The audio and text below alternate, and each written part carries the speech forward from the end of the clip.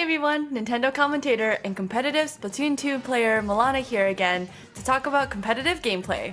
We talked a lot about the different roles on a competitive Splatoon team last week in my video, but if you missed it, check it out by clicking the link in the description below. We also discussed the rising potential of support players in Splatoon 3, but you guys wanted to know a little bit more about the anchor position. So today, I'm here to show you how what we know about Splatoon 3 is going to impact anchor or backline players, so let's get right into it.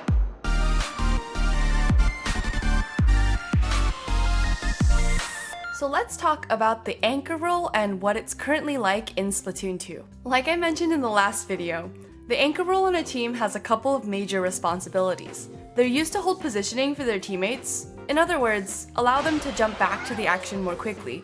They're also able to scout out members of the enemy team because they're usually seen farther back in the action, and that gives them a better position to see more of the map. Weapons that have a longer range, weapons like the heavy splatling, the hydra splatling, splat chargers, or e-leaders for example, tend to play this role for the team.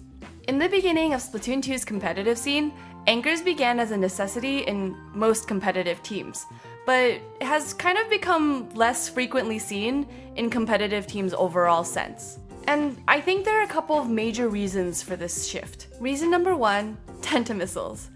For those of you who are familiar to Splatoon 2, Tenta Missiles are special that can accomplish a number of things. Many of the weapons that use these missiles can charge them very quickly, like the Jet Squelcher or the Kenza Splatter Shot. But what makes it really detrimental for anchors is that missiles allow for teammates to see where enemy positioning is by marking the enemies with a circle while the special is being used. This renders the anchor's role to call out where the enemies are a little bit redundant. Reason number two, shooters.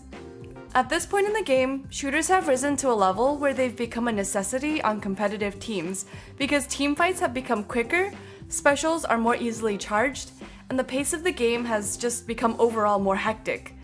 Anchor roles tend to be a little bit on the slower side, which makes it difficult to keep up with the vast increase in shooters. That's not to say that the anchor role isn't viable on a competitive team, it just means that positioning and map awareness become incredibly important for these players that are committed to the role. After all, no anchor wants to be confronted by an unsuspecting Splash-O-Matic or Splatter Shot, right? Reason number three, ink armor. Ink armor has become extremely prevalent in Splatoon 2's competitive scene. Weapons like the Splatter Shot Jr., the NZAP 85, or even the occasional 96 gal can build armor very quickly. But the prevalence of ink armor makes it difficult for anchor players to do their job well, especially Splat Charger players. The Splat Charger has a Stingray for its special, which is useful to combat opponents from afar, or provide covering fire for active pushes. However, when armor comes into play, Stingray, as well as the Charger's main weapon shots, now have an extra layer of protection to break through. While the Splat Charger is still useful and valuable in the right hands, it definitely adds an extra obstacle for these players. Anchors might need to run the Object Shredder ability to counteract this, but in exchange this could take away an extra slot of abilities that could have been used for something else. But don't lose hope yet, anchor players! Splatoon 3's changes are already shaking up the competitive scene, so let's talk about how some of these changes will benefit the anchor role specifically.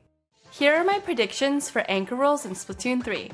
The first change that Splatoon 3 implemented that I want to talk about is actually the Zipcaster. And I know, it sounds really surprising because we already know that the Zipcaster is on the Octobrush's set, the Splash-O-Matic sets, and both of these weapons are really offensive, and I've seen people talk about using it offensively, sneaking behind enemy players, and getting that surprise pick. But hear me out.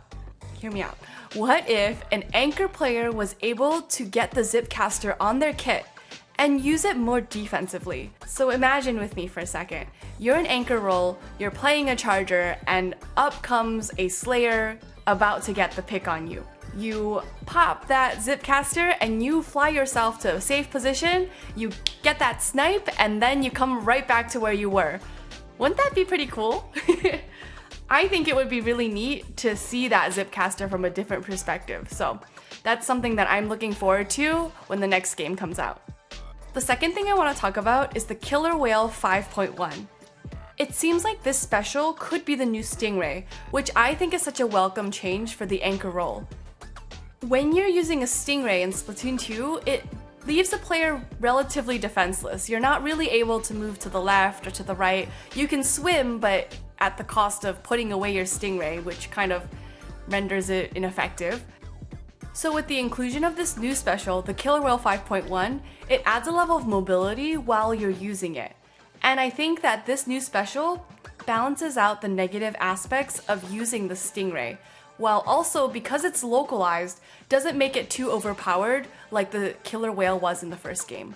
And of course, if we're talking about anchor weapons, we do have to mention the new TriStringer weapon, that bow weapon. While I was watching the Turf War trailer, I gotta be honest, it seemed like the TriStringer was a little bit on the weak side.